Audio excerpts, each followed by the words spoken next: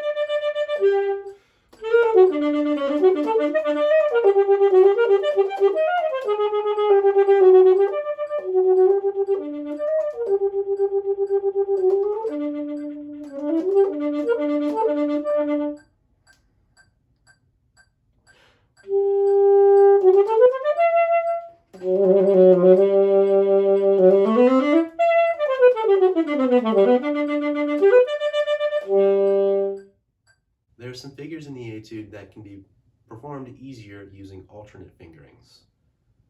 I'll talk about side F sharp and side C. The side F sharp should be used in two places. The first is in measure 2 on beat 1, and the second is when the same material repeats in measure 22. Side F sharp is played using your regular F fingering, that's LH1, 2, 3, RH1, plus the side F sharp key. You might know it as the chromatic F sharp key or the fork F sharp key. I prefer to call it side just to be consistent. I'll demonstrate this in measure 2.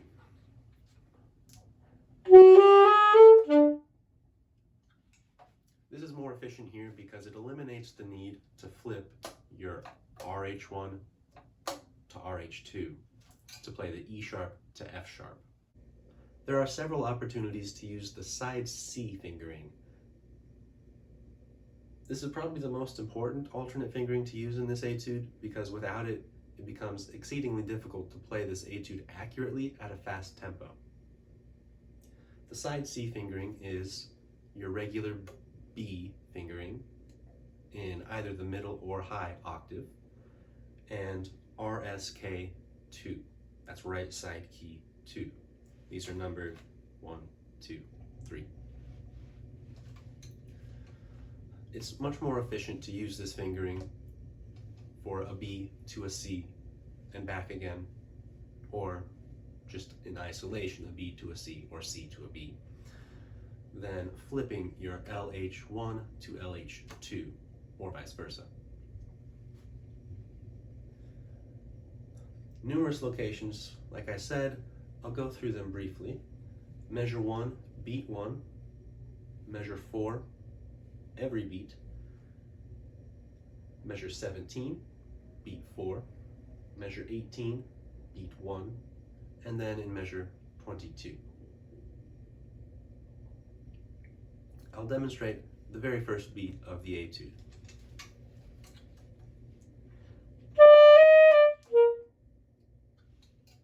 It's much more efficient to play B, C, B than B, C, B.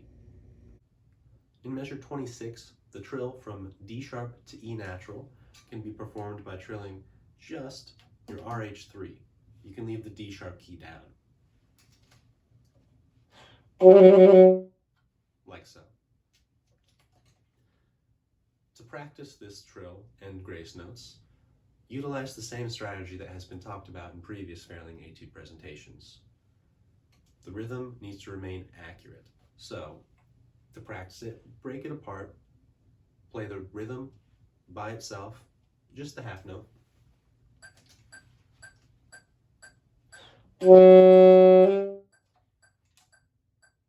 Follow that by practicing just the trill. Let's go ahead and break this one into 2 quarter notes. We'll trill during the first quarter note and sustain the written pitch during the second quarter note.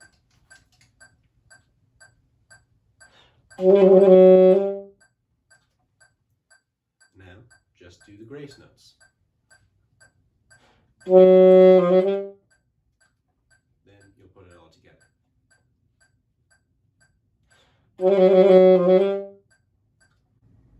What I've saved to discuss last is what I find to be the most significant challenge posed by this etude, and that's the articulation. Specifically, performing the staccato 16th notes with good, uniform tone, adequate separation, not slowing down and avoiding pulsation can be quite challenging at a fast tempo. When developing your articulation speed, there are 2 concepts to keep in mind. The first and most important is move your tongue as little as possible.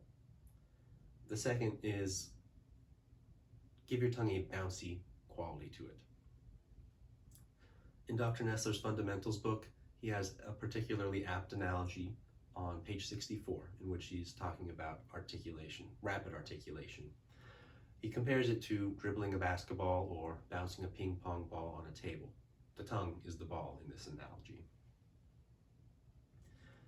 To practice this developing articulation exercise on the following page, on page 65, would be useful for the sake of this etude. You can start on the 16th notes if you're comfortable with your articulation, but if it's something you struggle with, start on the 8th note or even quarter note subdivisions first. I'll demonstrate how I apply this exercise to the etude. I'll use measure 1 as an example. I start with just doing a single quarter note beat plus a note on the E on beat 2, since that's the note that I am repeatedly articulating. You should start slow with a metronome and then gradually increase the tempo. I'm going to be at quarter note equals 120 for right now.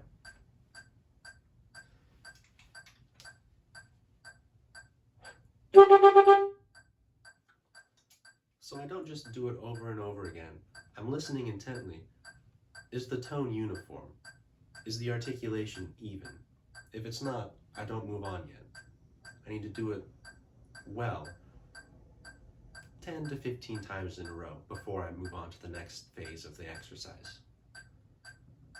The next phase would be 2 beats in a row.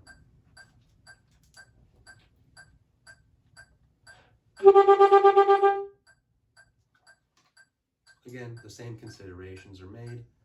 After I am ready to move on from that, I'll do 1 beat plus a note, rest, 2 beats plus a note to link the 2 ideas together.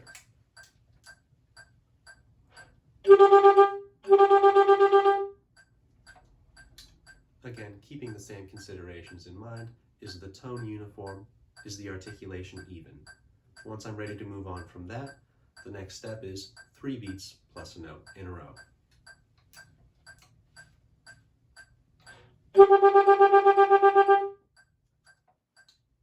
Again, all of the same considerations, and then I go 1 beat plus a note, 2 beats plus a note, 3 beats plus a note, in succession, just resting for a beat in between.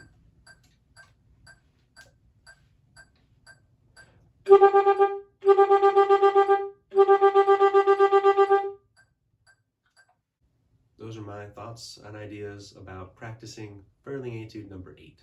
Thank you for listening.